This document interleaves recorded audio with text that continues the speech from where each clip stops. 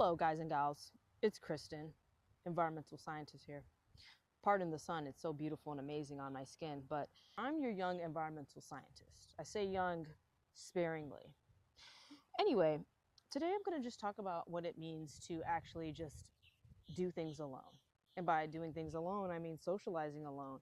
I'm going to explain to you the science and the nature of going out alone and exploring the world.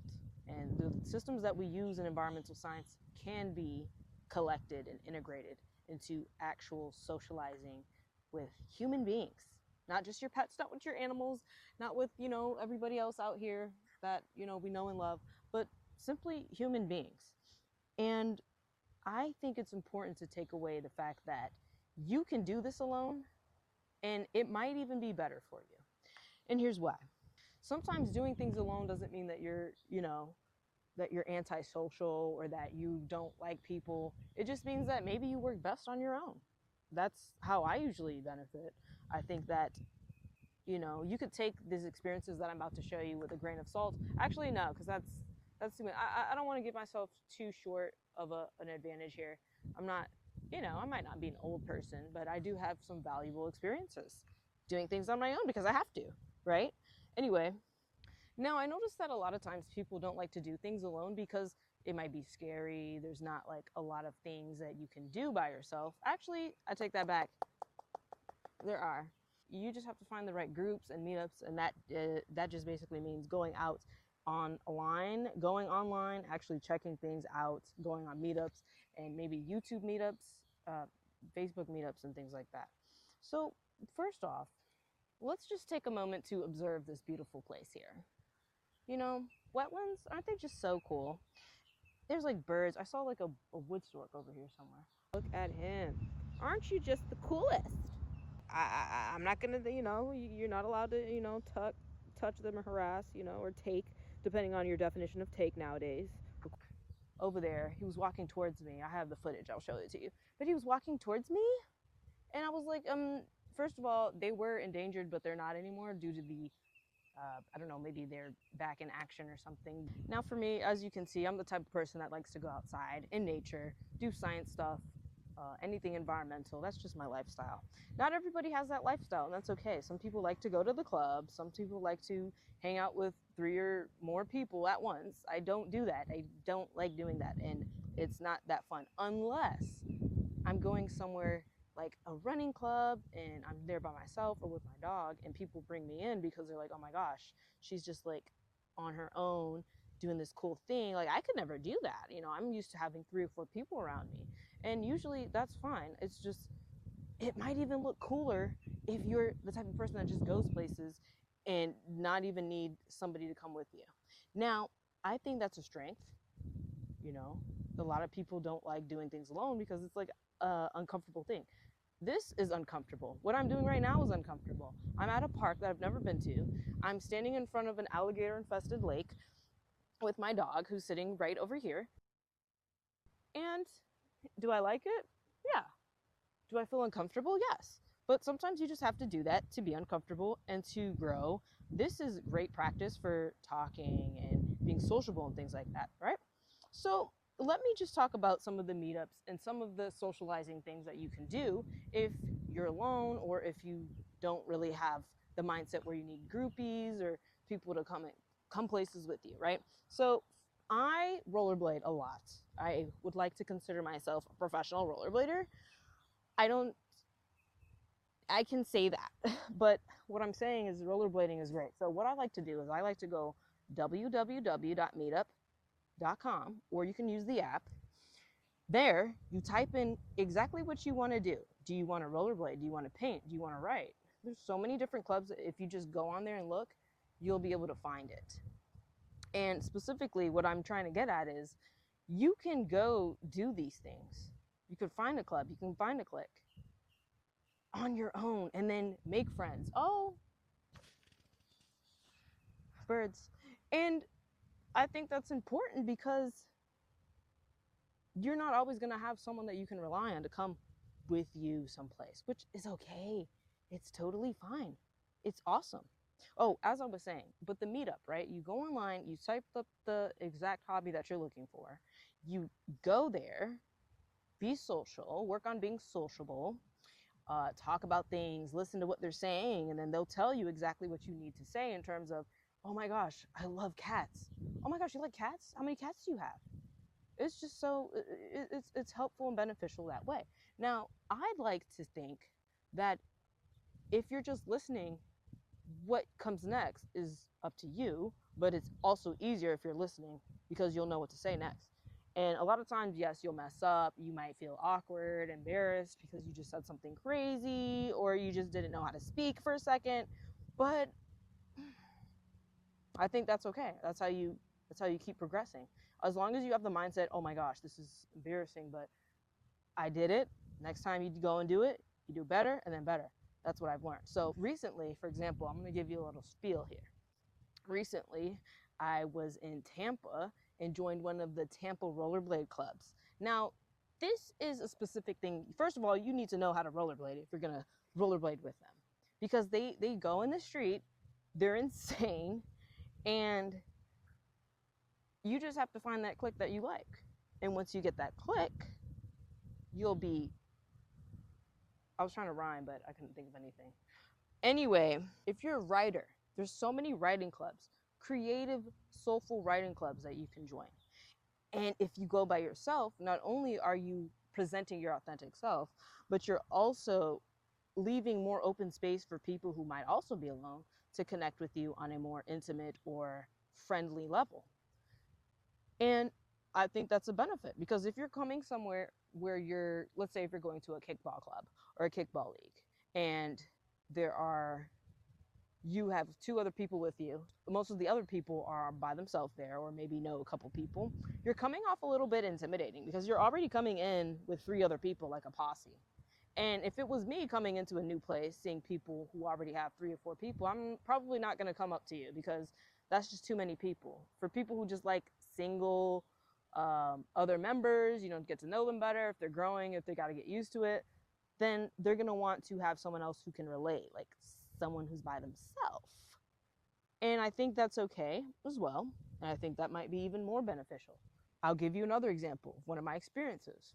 So I'm a very active, physically fit person, and I really enjoy playing soccer, kickball, football, all those things, right?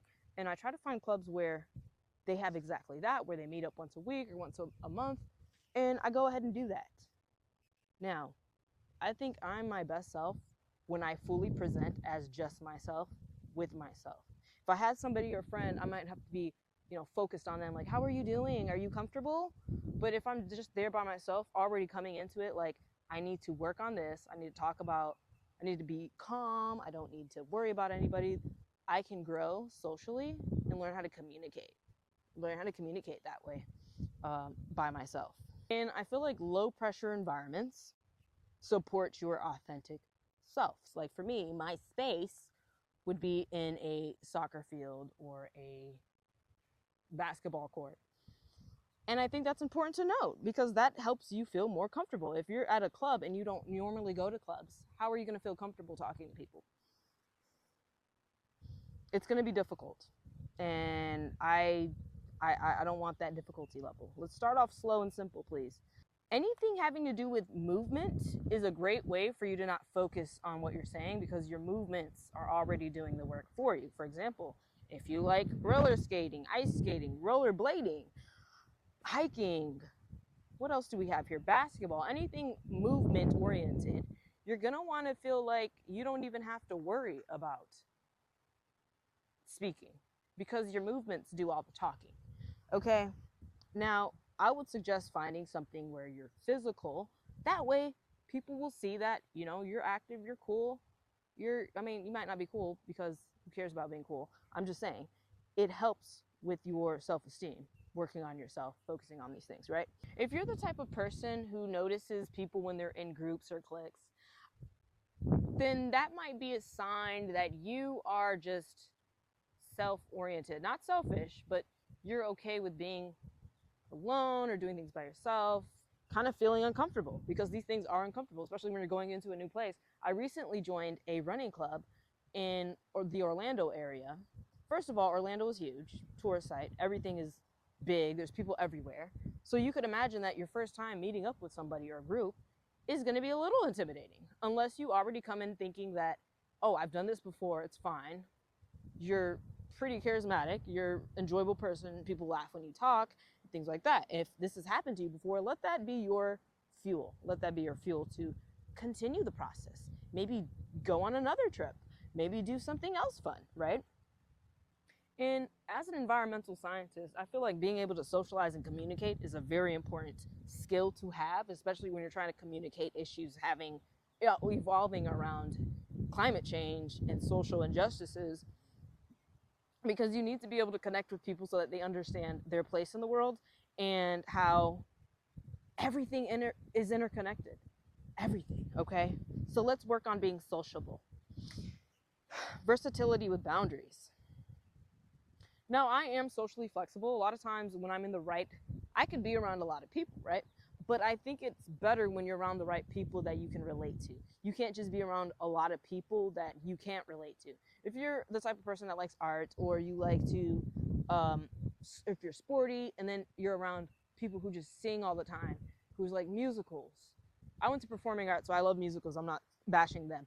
I'm just saying that that might be a different connection, and you need to find that group that you can relate to. And I think that's fair. That's fair because it's fair. Anyway, you don't try to change yourself to fit a group. You need to know who you are, what you like, what you don't like, and you need to have tried and failed a couple times just so that you can solidify what you already know and what you already feel. So one way to do that is by, again, going to new clubs, going to different places, doing different things. And I think that will help initiate your understanding. Do you understand? If you're really trying to grow socially and become a more sociable person and not be so nervous, speaking of nervous, you got to move around. You got to be loose a little bit. And I learned that by looking at myself a couple times when I'm out in public through a mirror, just so that I could learn how I move, learn how I speak, how I react to people, right? I think that's very important to know yourself. That doesn't mean you're self-conscious. It just means you're analyzing, you're taking in information. As an environmental scientist, that's all we do.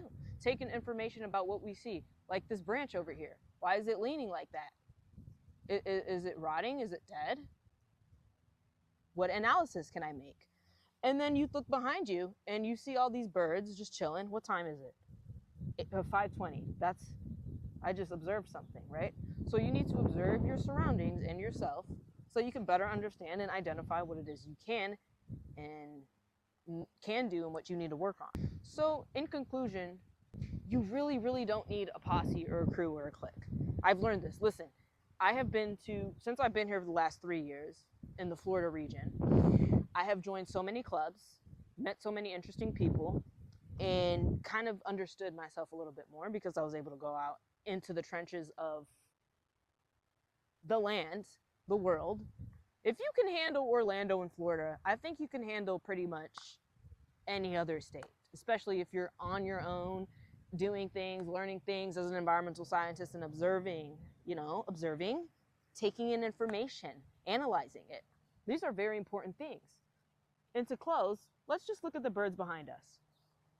Sorry if it's blurry. I'll fix it later.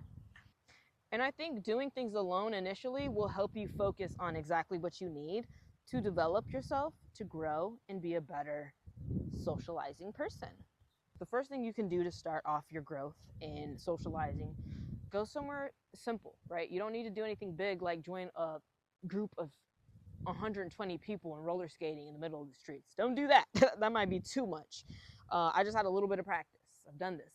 I'm telling you right now that if you practice and do it, you're gonna be like really amazing. I'm telling you, when you approach a new place by yourself, alone, you're more approachable. Like I said, if you have 2 or 3 girls with you, or your girlies, and you guys are just, oh my gosh, laughing, like who's gonna come up to you because you already made your choice with your 2 friends.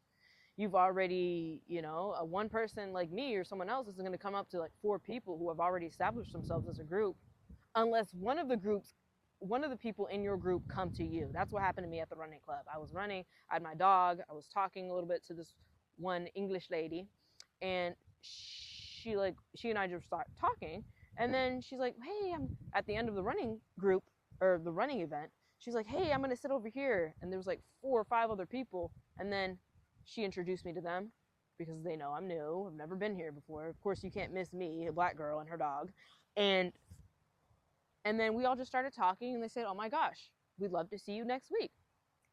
Okay, thank you. So that's what I'm saying. You just got to be comfortable with being a little uncomfortable, and it's uncomfortable. That's exactly what it is. But that's why, like I say, you need to go somewhere where you're going to be comfortable or you're going to be in your elements. When I'm in my elements, I'm either rollerblading, ice skating, running, playing basketball, something physical, or talking about the environment. And that's just what it is. So thank you guys so much for listening. I want you guys to really feel confident in your technique and things that you do. If you even have to just go outside and record yourself talking so that you can watch it back and learn something from how you speak or what makes you comfortable, makes you not comfortable, I suggest you do that. I suggest you do that. So thank you all. I'm gonna go ahead and sit over by this alligator infested water and try to see what I could learn